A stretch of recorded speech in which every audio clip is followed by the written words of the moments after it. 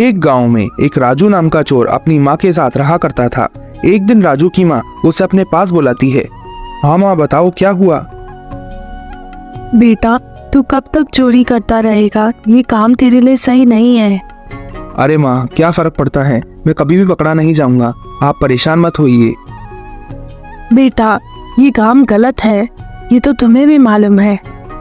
पर माँ, जिस काम से पैसे मिलते हैं वह काम हमेशा सही होता है।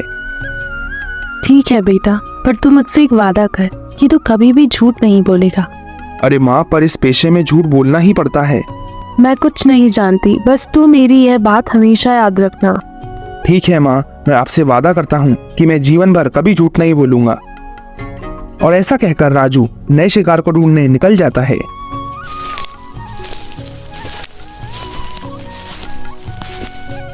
और वह राजमहल के सामने से गुजर रहा होता है। तभी उसके दिमाग में एक तरकीब सूझती है। मुझे लगता है कि आज मुझे राजमहल में चोरी करनी चाहिए, क्योंकि मैंने सुना है कि राजमहल में हर चीज बहुत कीमती है। अगर मैंने यहाँ चोरी कर ली तो जीवन भर बैठ के खाऊंगा, फिर और कहीं चोरी करने की जरूरत नहीं पड़ेगी और मेरी माँ भी इससे खुश रहेगी। पर अभी तो यहाँ बहुत से सैनिक हैं, मेरे को लगता है कि मुझे शाम को आके चोरी करनी चाहिए। और ऐसा सोचकर राजू वहां से चला जाता है। पर अगर भाई कहीं पकड़ा गया तो लेने के देने ना पड़ जाए। सैनिक, मंत्री को बुलाओ। जी महाराज।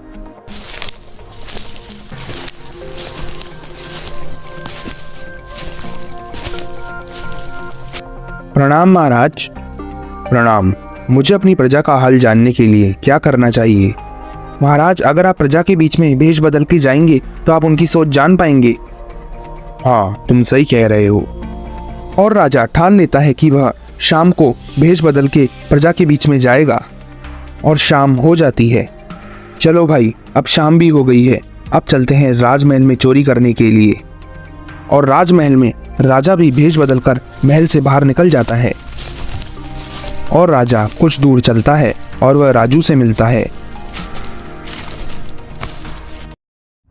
अरे भाई, तुम कौन हो? आज तुम्हें पहली बार गांव में देखा। हाँ भाई, मैं इस गांव से बचपन में ही चला गया था, आज यहाँ आया हूँ। तुम इतनी रात को यहाँ क्या कर रहे हो? और यह सुनकर राजू सोचता है, अरे भाई, मैं राजमहल में अकेले चोरी करने तो जा रहा हूँ, वहाँ बहुत से सैनिक होंगे, मुझे लगता है मुझे इसे भी अपने साजिश में शामिल कर लेना चाहिए। और फिर माँ ने भी झूठ बोलने से मना किया है। और फिर वह उसे कहता है, मैं तो भाई आज राजमहल में चोरी करने जा रहा हूँ। अरे भाई, पर तुमने ये बात मुझे क्यों बताई? तुम तो बड़े मूर्ख हो। ऐसी बात नहीं है, आज ही मैंने सुबह अपनी माँ से वादा किया है कि मैं जीवन में कभी झूठ नहीं बोलूंगा। अरे वाह भाई, तुम्हारे जैसा ईमानदार आदमी मैंने अपने जीवन में कभी नहीं देखा। तुम ये बात किसी को बताओगे तो नहीं? अगर नहीं बताओगे तो मैं तुम्हें भी दंड दूंगा। ठीक है, चलो, अब हम दोनों दोस्त हो चुके हैं, पर राजमहल में अभी बहुत से सैनिक होंगे। अब हमें क्या करना चाहिए, बताओ? मैं एक रास्ता जानता हूँ जहाँ सैनिक कम मिलते हैं। पर तुम तो इस गांव में नए हो, तुम्हें ये सब कैसे मालूम? अरे भाई, मेरी दादी इसी गांव की थी, उनने मुझे एक बार इस बारे में बताया था। ठीक है, तो फिर चलते हैं। और राजा राजू को उस जगह ले जाता है।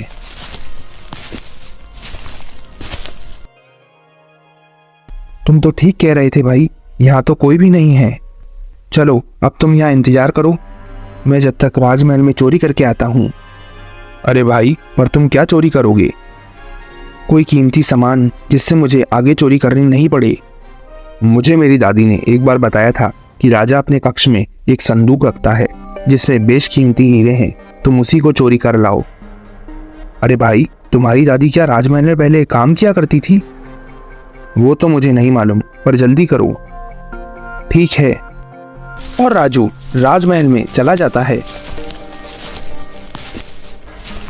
और फिर वह राजा के कक्ष में पहुंच जाता है। अरे भाई, अब मैं वह संदूक कैसे ढूंढूं? और वह उसे हर जगह ढूंढता है और उसे वह संदूक मिल जाता है। अरे, इसमें तो 4 हीरे हैं, पर मेरा तो एक हीरे से भी काम चल जाएगा। पर मेरा दोस्त भी तो बाहर खड़ा है, मुझे उसके लिए भी एक हीरा ले लेना चाहिए। और ऐसा सोचकर राजू वहां से 2 हीरे ले लेता है।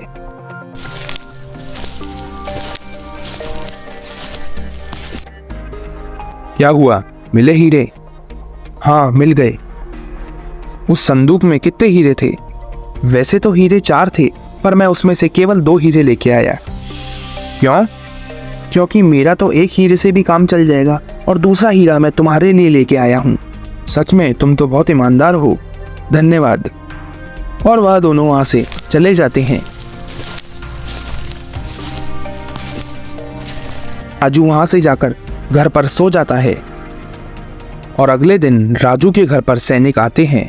राजू, तुम्हें महाराज ने राजमहल आज दिन तक बुलाया है। ठीक है, मैं आ जाऊंगा दिन तक। और राजू सोचता है, अरे भाई, मुझे लगता है कि राजा को सब कुछ पता लग गया है। हीरों की चोरी मैंने ही की है। ऐसा ना हो कि वह मुझे मृत्युदंड दे दे। और राजू दिन में राजमहल पहुंच जाता है। प्रणाम महाराज। प्रणाम। कल हमारे यहाँ हीरों की चोरी हुई है और हमने जब यह पता लगाया तो पता चला कि तुम रात में राजमहल की तरफ से आए थे। तो सच सच बताओ कि तुमने हीरे चोरी किए हैं या नहीं। अरे भाई, अब तो मैं पूरी तरीके से फंस चुका हूँ। झूठ भी नहीं बोल सकता क्योंकि माँ को वादा किया है।